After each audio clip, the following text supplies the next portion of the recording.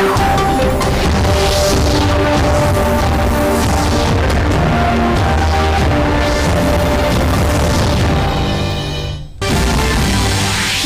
outside Kabul Airport. Taliban confirms over 30 killed, over 60 injured. US confirms increased defense personnel. Global intelligence reports have indicated an imminent ISIS-K attack outside Mohammed Karzai Airport.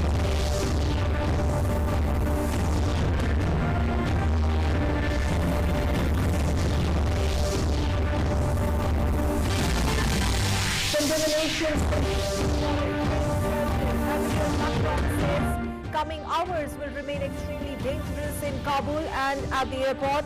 Chairman of National Reconciliation Council Dr. Abdullah, NATO General Secretary denounced loss of life. President of the EU Commission calls on international community to work closely to avoid a resurgence of terrorism in Afghanistan and beyond. Evacuation, meanwhile, remains top priority for all nations.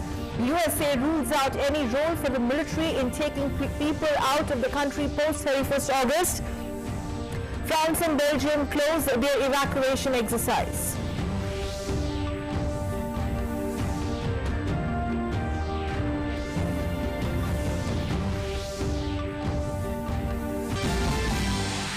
In keeping with Prime Minister Narendra Modi's directives, External Affairs Minister briefs all-party meet on Afghan situation. Dr. Jaishankar asserts government committed to ensuring evacuation of all citizens as soon as possible, says India will approach issue in a spirit of national unity. Government led by Prime Minister Modi in touch with several nations.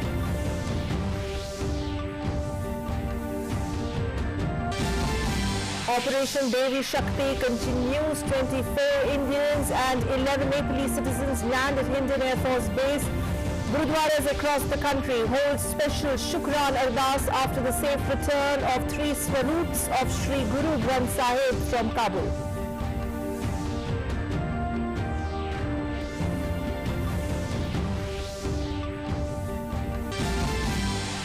India to build largest ever infrastructure project in Maldives. Agreement inked for Greater Mali Connectivity Project, which involves construction of 6.74 kilometer long bridge and causeway link connecting the capital Male with adjoining islands.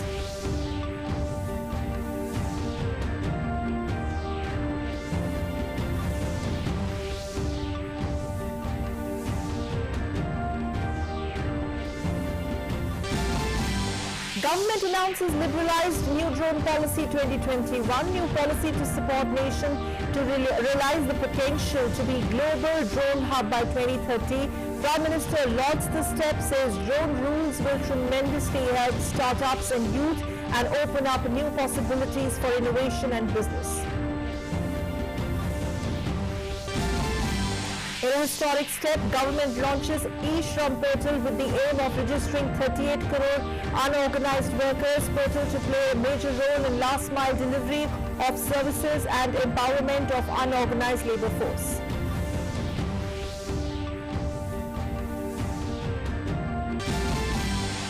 COVID situation in Kerala spirals out of control with over 31,000 fresh cases reported. Union Home Secretary reviews steps taken by Kerala and Maharashtra government to control situation. Stresses on need to boost testing and contact tracing. Vaccination process 61 crore landmark.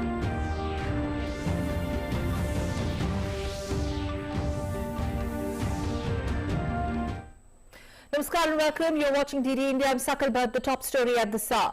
Twin blasts have rocked Kabul's Hamid Karzai International Airport. Initial reports suggest the ISIS-K orchestrated these attacks. Initial confirmations came from the Pentagon a while back. Pentagon press secretary said that massive casualties, including US personnel, were feared killed in this attack.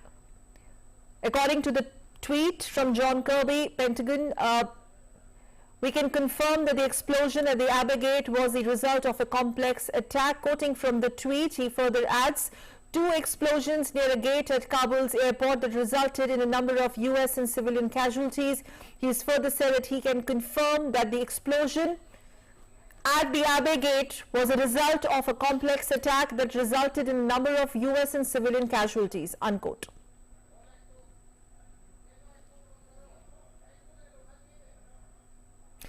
In fact, the exact number of casualties is currently unclear. Taliban, meanwhile, has said 13 people have been killed. They have given confirmation for 13. US has confirmed injuries to defense personnel. The blast comes as the US and other countries race to evacuate people ahead of the President Biden's August 31st withdrawal deadline. Global intelligence reports had indicated an imminent ISIS-K attack outside Hamid Karzai Airport. French President Emmanuel Macron has reacted to the news, saying coming hours will remain extremely dangerous in Kabul and at the airport. Currently on a visit to Ireland, Macron said that the situation around Kabul Airport had seriously deteriorated. He said, and I quote, "We are confronted with a very tense situation and we are coordinating with our American allies," unquote. French President said. Meanwhile, UK Prime Minister Boris Johnson is also chairing an emergency cabinet office briefing rooms meeting following the explosion at the Kabul airport, according to media reports.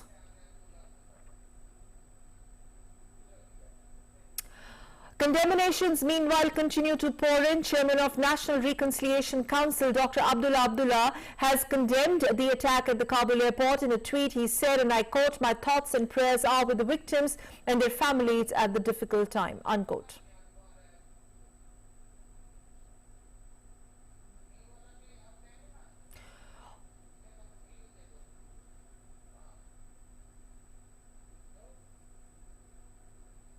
President of the EU Commission Ursula von der Leyen has condemned the attack. She said it is essential to do everything to ensure the safety of people at the airport.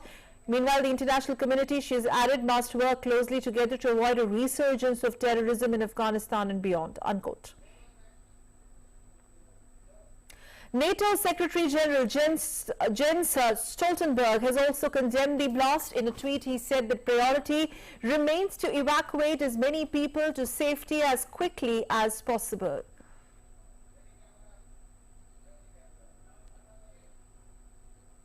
And distancing themselves from the attack, the Taliban said on Thursday that they had forgiven all the Afghan forces that were previously at war with them. Shahabuddin Delawar, who is a member of the Taliban political office, said the group will work with other Afghans to run the new government. He admitted that the Taliban was rife with factionalism.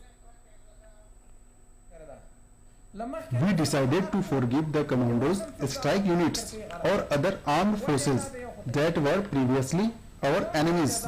I can say for sure that this kind of forgiveness did not happen in the 1400-year history and after the time of Prophet Muhammad. And this Mujahid says, why do you forgive your killers? If anyone thinks that one group rules Afghanistan, it is wrong. This idea was wrong in the past and it is wrong now because experience has shown. The second issue is that our country is so devastated that it will not prosper even if we all work together. So God willing, we will run this government together and all the tribes will be included in this government. We will serve you. Meanwhile, in reports coming in, US allies have announced end to the evacuation efforts in Kabul, citing terror threat. The warnings came as NATO allies, including Poland and Belgium, ended their evacuation flights ahead of the August 31st deadline for US troops to depart. Here's more. Water cannons outside the Kabul airport to disperse the crowds waiting to gain access to the sole way out of Afghanistan. The latest out of Afghanistan is the Taliban's doublespeak. First they said no exit for Afghans, then toned it down only to resort to the use of force to disperse crowds on Thursday. Caught in the midst of this turbulence are these people standing in drains, battling uncertainty, hunger and thirst. Can you tell me all about my head hurts? I feel very bad. There's nothing in my stomach and I had only drank a glass of tea and that's it. The situation was very bad and there was a lot of fighting and bombing as well. That's why we came here. The houses were burned and we became homeless. America has issued an advisory for its citizens, warning them from going to the Kabul airport. They have been advised to remain in safe areas. Britain and Australia too have issued similar warnings for their citizens.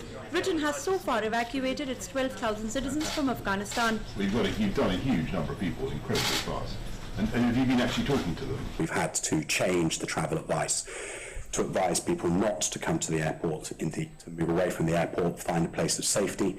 Amid fears of terrorist attacks, evacuation process of foreign as well as Afghan nationals who have helped America and other countries during the war on terror is on. Australia evacuated some more of its citizens from Afghanistan on Thursday. America has evacuated more than 80,000 people so far. The US Defense Headquarters, Pentagon, has said that US will not be responsible for the management of Kabul Airport after August 31st. The US Embassy is currently operating from the airport. The Pentagon has also ruled out the possibility of military role after the deadline for civilian evacuation is over. 14th, I believe, we have evacuated over 80,000 people. And as you know, each day and night, we continue to evacuate thousands of people, understanding that it is risky for them to be there. It is a dangerous and difficult mission, but it must be seen through, and we intend to see it through as best as we can. If Americans are still there and need help getting back, that the United States government is going to do what we do every day around the world, and we'll see what we can do to help them. I wouldn't anticipate that there would be a military role in that sort of assistance.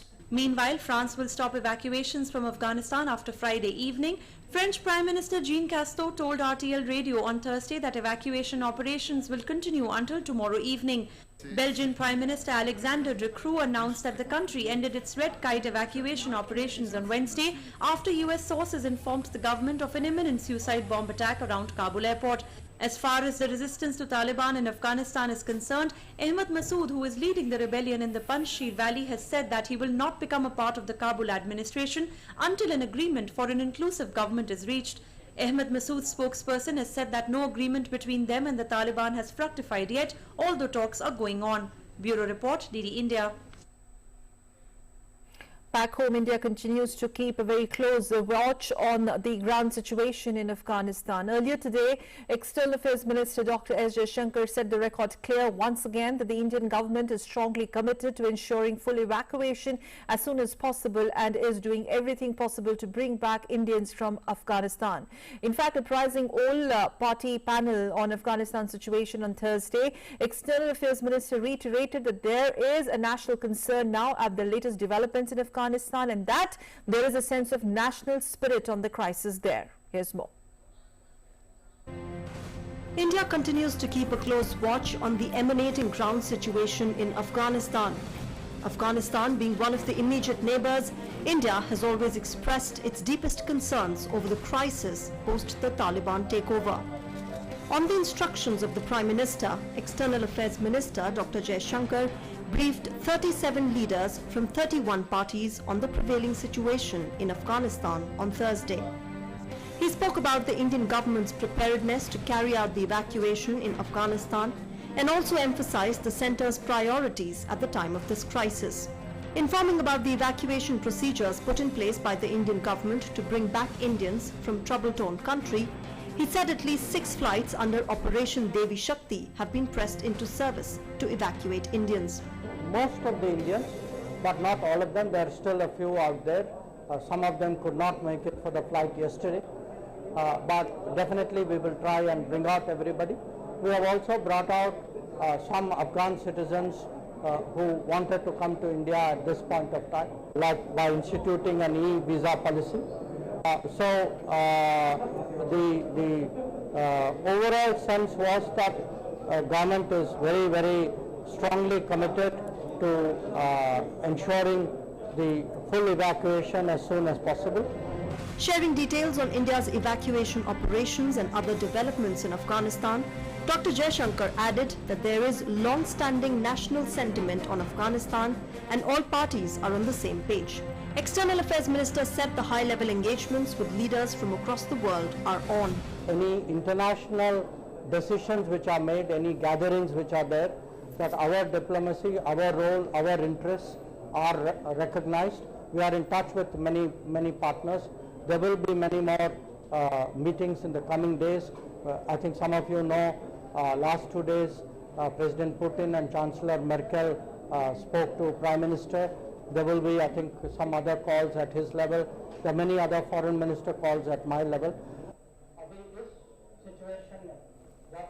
situation settle down नहीं हुआ, अगर आपके जो policy policy आगे की policy के सवाल जो हैं आप इसमें आपको थोड़ा पेशेंस दिखाना होगा। Leaders across various party lines stood by the government on this issue of national security and humanitarian interest. देश का मामला है और लोगों के हित में, देश के हित में हम एकजुट होकर काम करना है। एक बेहतर अफगानिस्तान बनाने के लिए उसमें कार्यरत हिंदुस्तानी नागरिकों को किस तरह से सुरक्षित वापस लाया जाए देश में, इसके ऊपर सरकार से स्पष्टीकरण मांगे, जो कि सरकार ने अपने वक्तव्य में दिया।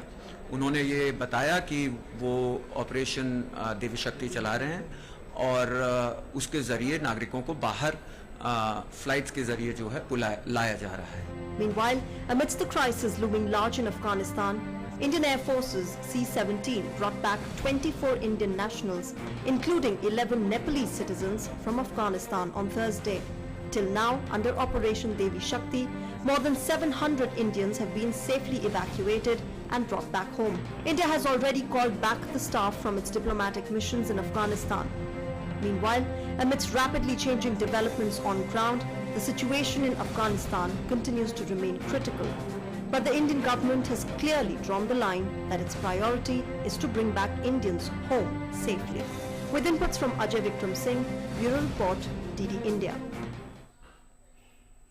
In other top story of the day, the central government on Thursday officially notified the national drone policy. Now, the drone rules 2021 make it significantly easier for people and companies in the country to now own and operate drones, since under the new drone policy, no security clearance is required before registration of license issuance. And lauding this step, Prime Minister Narendra Modi has called the new drone rules ushering a landmark moment for the sector. A report. Government has announced liberalised new drone policy 2021. The path-breaking regulatory reform in the drone sector will help India to realise India's potential to be a global drone hub by 2030. The new policy states unique authorization number, prototype identification number, certificate of conformance, certificate of maintenance, operator permit, various other authorizations will be abolished. The coverage of drones will now be increased from 300 kgs to 500 kgs to include heavy payload carrying drones and drone taxis. The number of forms, permissions has been reduced from 25 to 5. No security clearance will be required before any registration or license issuance. The fees for permissions has been reduced to nominal levels and the maximum penalty has been reduced to INR 1 lakh. Trust, self-certification and non-intrusive monitoring. These are the three fundamental principles on which our drone rules are based. Ease of doing business. जितने भी किसी भी industry में entry barriers होती हैं, operational barriers होते हैं, उन्हें भी हमें अलग करना होगा। सावधानी एवं सुरक्षा के मुद्दों को अग्रसर रख के इन दोनों लक्ष्यों के बीच में एक संयम और एक संगम हमें लाना होगा। Lauding the step, Prime Minister Narendra Modi said the new drone rules usher in a landmark moment in the sector in India. The rules are based on the premise of trust and self-certification. Approvals, compliance, requirements and entry barriers have been significantly reduced. Prime Minister also added that the new drone rules will tremendously help startups and youth and open up new possibilities for innovation and business. It will also help leverage India's strengths in innovation, technology and engineering to make India a drone hub. Drone policy निर्धारित होने के पहले ही 200 startups Bharat में पूर्ण रूप से setup हो चुकी हैं। भारत में हजारों जॉब्स का नए अवसर प्रदान होंगे। उन इलाकों तक इस टेक्नोलॉजी का लाभ हम लोग पहुंचा पाएंगे। The policy also looks into all drone training and examination which will be carried out by an authorized drone school. The import of drones will be regulated by DGFT. Particularly the delivery of a cargo through air means, that means by using aircrafts, comes to be very costly affair. So there is a possibility now, the cost reduction will be there because now we are identifying specific drone related corridors. The policy will also act as a catalyst in reducing security threats across border areas. In past few months, drone activities were sighted along the international border in Jammu and Kashmir, Punjab and Rajasthan. India has been exploring technologies to detect and disable drones. The new drone policy 2021 will help in preventing major threats. With Dheeraj Kumar, Bureau Report, DD India. More news and updates. India and Maldives have inked the largest ever infrastructure project in Maldives. This is also the biggest new development project by India and its neighborhood in recent years. The Greater Malay Connectivity Projects, as it is called, will involve the construction of a 6.74 kilometer long bridge and causeway link connecting the capital Malé with the key adjoining islands. India on Thursday inked the largest ever infrastructure project in the Maldives. The project is funded under Indian grant of $100 million and line of credit of $400 million. A contract has been signed between Afghans and Government of Maldives for the construction of Greater Malay Connectivity Project. The signing ceremony was attended by Indian High Commissioner Sanjay Sudhir and senior management from Afghans. Maldives Minister of National Planning and Infrastructure, Minister of Economic Development, Minister of Finance and Minister of Transport. The 6.74 kilometers long bridge and causeway link will connect Malé with adjoining islands of Willingli, Gulhi-Falhu and Hilafushi. The project, which will commence soon, will provide a major boost to connectivity between the four islands, accounting for about half of the Maldivian population. India has also undertaken about 30 community-oriented projects, under grant of which about half have already been completed.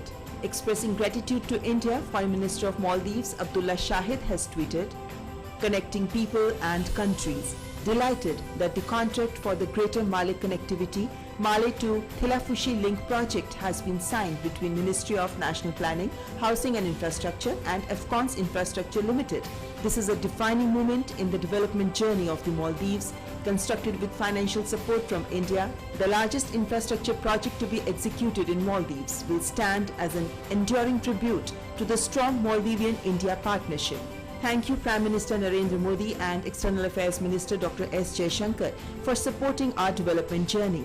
India and Maldives have forged a strong bilateral tie since President Soli assumed office in November 2018. India's first foreign policy of the Maldives and India's neighborhood first foreign policy have worked in tandem and brought out mutual synergies. Bureau Report, DD India.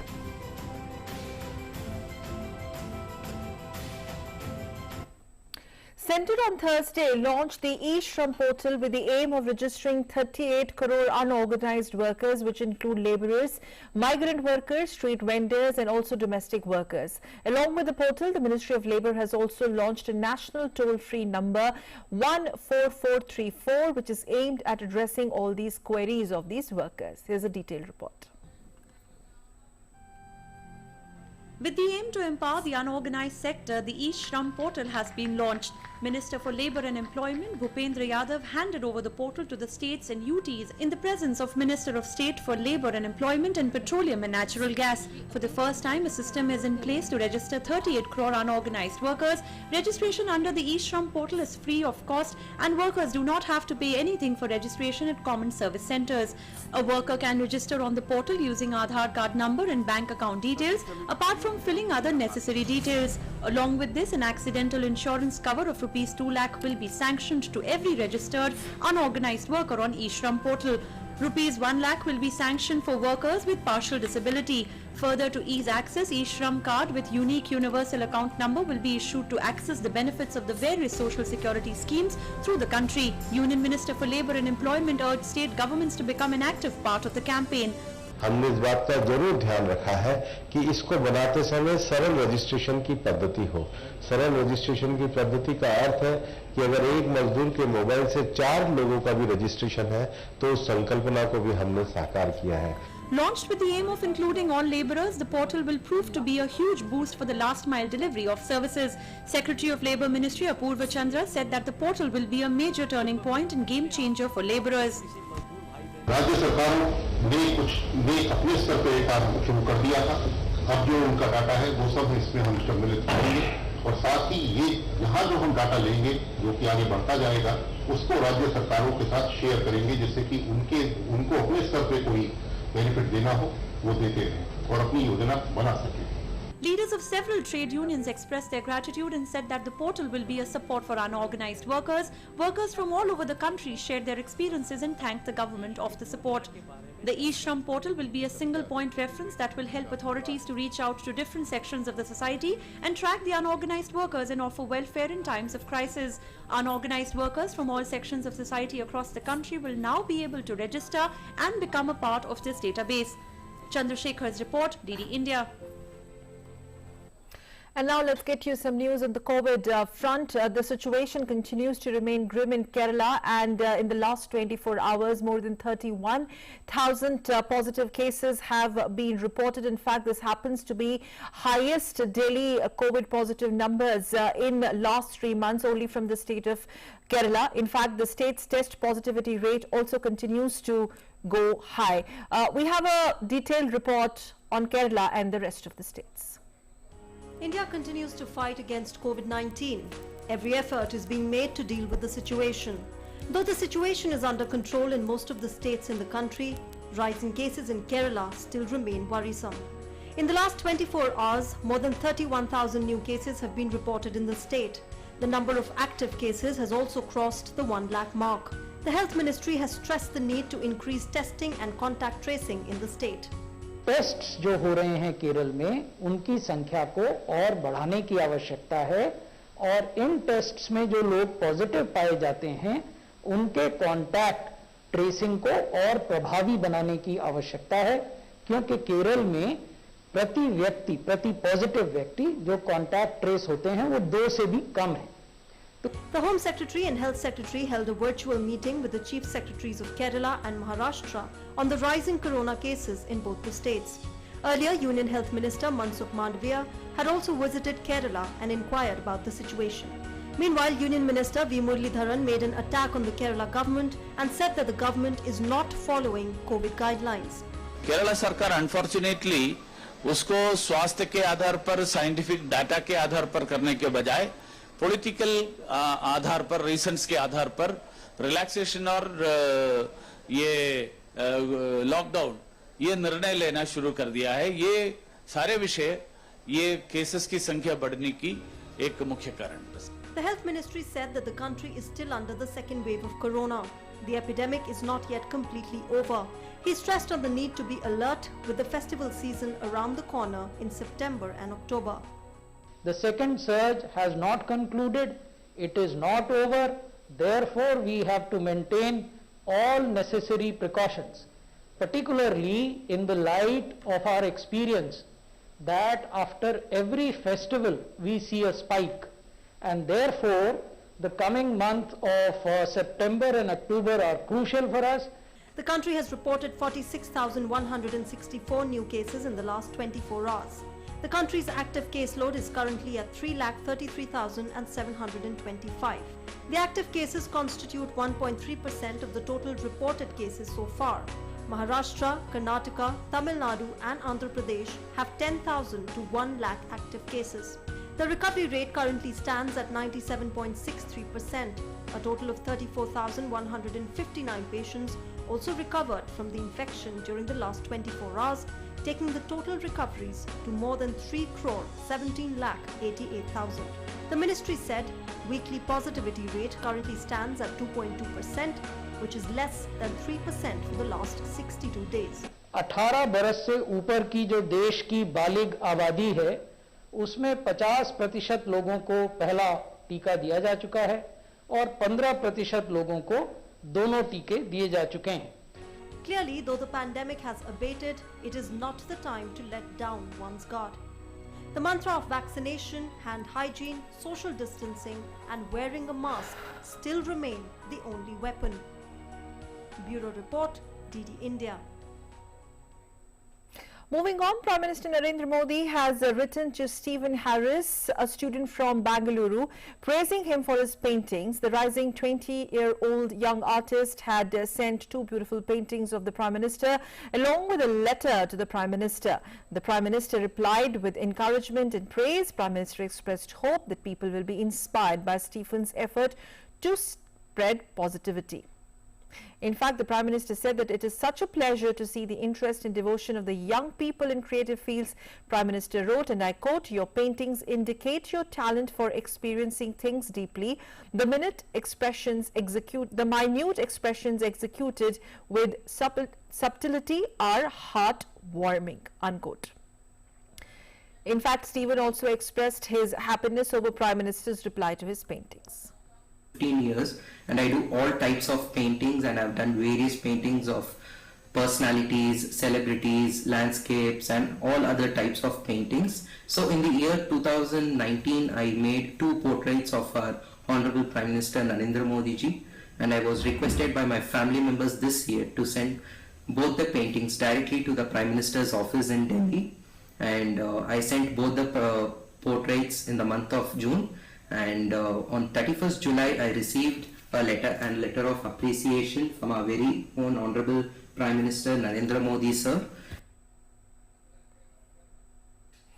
And with that, it's time to wrap up this newscast. Thanks very much for staying with us on DD India. Namaskar.